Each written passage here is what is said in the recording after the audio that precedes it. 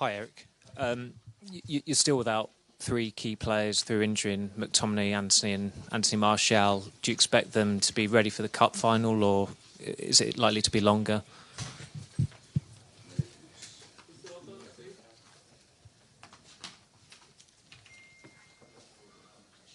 This one. So yeah, it looks good. I think they are on the way back. They're coming back on the training ground, individual. I think in the end of the week, maybe Scott can make the entree in the team. And after the weekend, we plan Anthony, but we have to see. They have, of course, making the progress what we see now. And you're coming up against playing Frankie de Jong, who became a terrific player for you at Ajax. What is it that makes him such a special player? So I think we had like a class in 2019. There was a team. It was with a lot of fascination, and he brings a lot of that fascination. And I think he develops in the years after here in Spain. He became even better. He's a fantastic player, playing out from the back. He always has time, and so it was a pleasure to work with him. Hi, Eric. Obviously, you're without Lisandro Martinez tomorrow through suspension. How big a blow is that to you, and how confident are you that the guy next to you might be able to step up at centre-back against the likes of Lewandowski? We have many options, I think, in the squad to sort it out. And yeah, we can use Luke as a fullback and as a centre-back. We have seen in the weekend he did both, and both he did very well. But we have in the centre half also very good other options, and they did also well. And we can choose by game what we prefer. Question for Luke. Just wondering if this is the acid test, perhaps, of your development as a team this season. You've obviously done very well and won some big games, but this feels like another level entirely. Yeah, of course. It's obviously a very big game. It's one we're obviously all very looking forward to. And yeah, I think it's going to be a big test. It will show us where we are. But you know, I think where we are at the moment, we're ready for it. Eric, Xavi was very complimentary of you today. He said you're a reference point for offensive coaches, and he likes what you've done at United because it was a very difficult club to transform. What do you make of his comments, and what do you think of the job he's doing with Barcelona? I think Barca is also a very difficult club, and I think Barcelona in this moment is playing its best football since several years. But I think it's in the mind of and the inspiration of Johan Cruyff.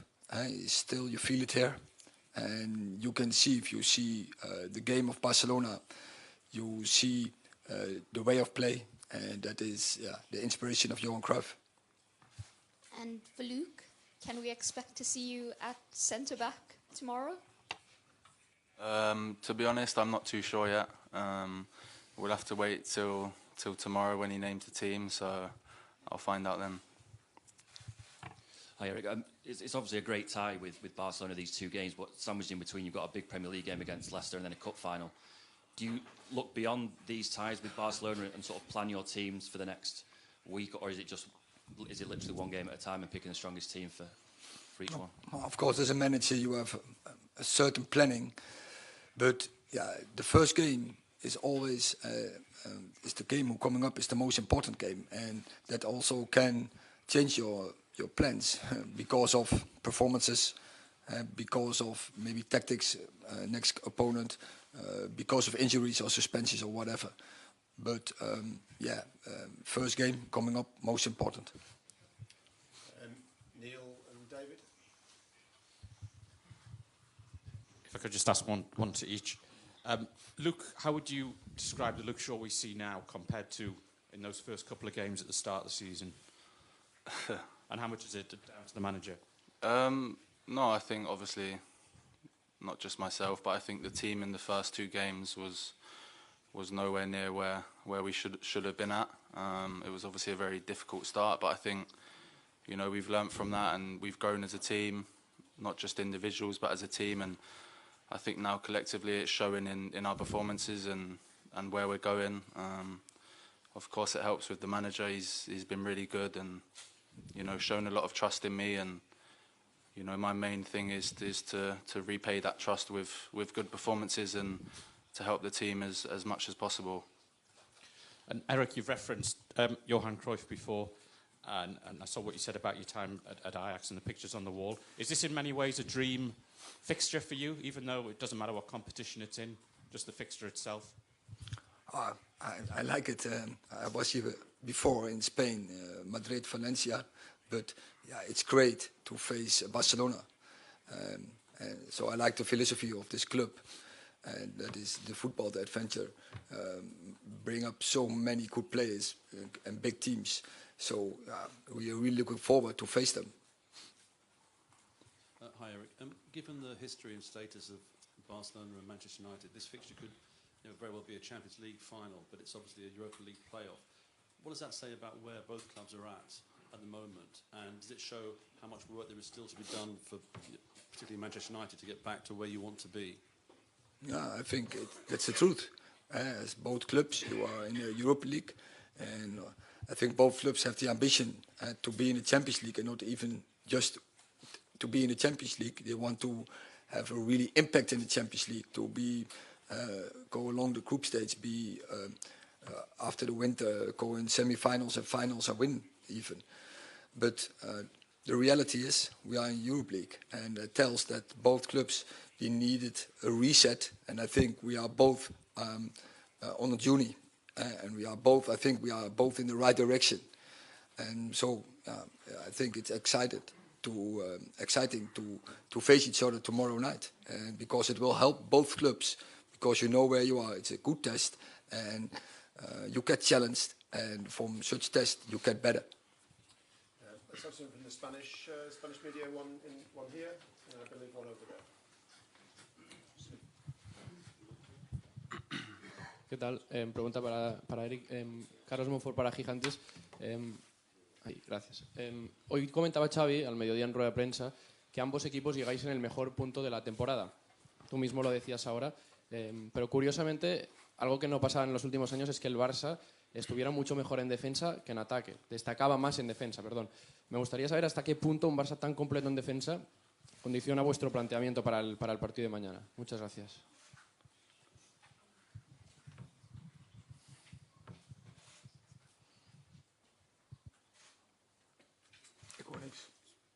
I don't hear anything. You didn't hear the question? No. Not as strong. Could you just repeat? But, Yeah. But it's not working. Did you hear? Repeat the question. Sí, ¿hasta qué punto ver a un Barça tan completo en defensa puede condicionar el planteamiento vuestro para el partido de mañana?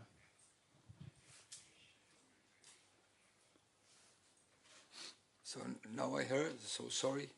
If you now repeat one. Ahora sí, ¿hasta qué punto ver a un Barça tan completo en defensa condiciona vuestro planteamiento para la eliminatoria de mañana? ¿Cómo afecta? Gracias.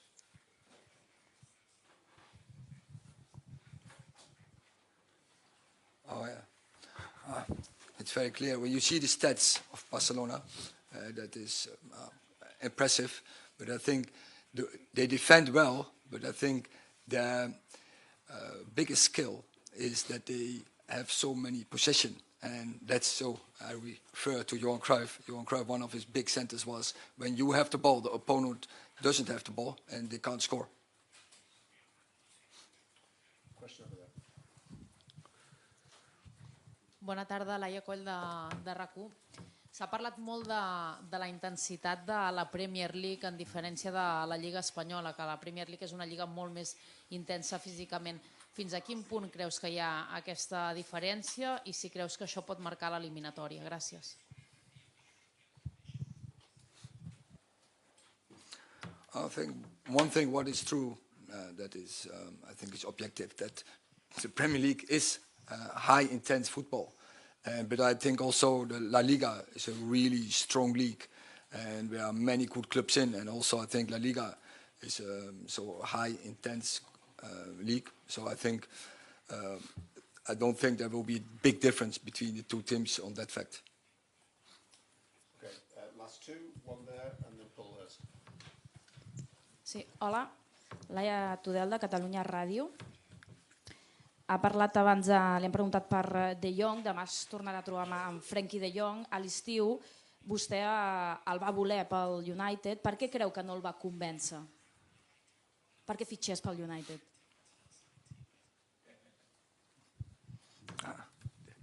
I don't know if we want him. No, but Frankie is an incredible good player, and for every club in the whole world, he will strengthen the squad because he has a unique quality. And so if you can get him in your squad, your team will be stronger.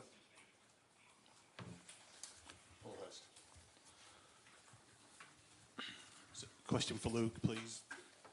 Casemiro seems to have made quite a big impact since he came. What kind of assurance does he give you when he's in the team in front of you as a defender?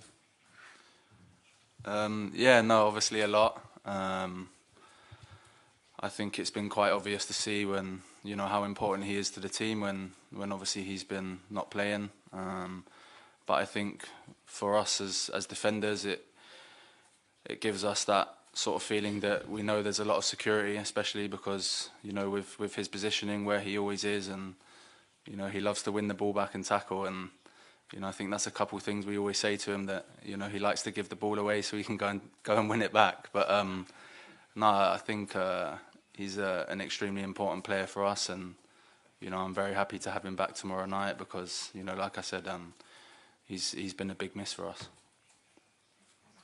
Okay, thank you very much.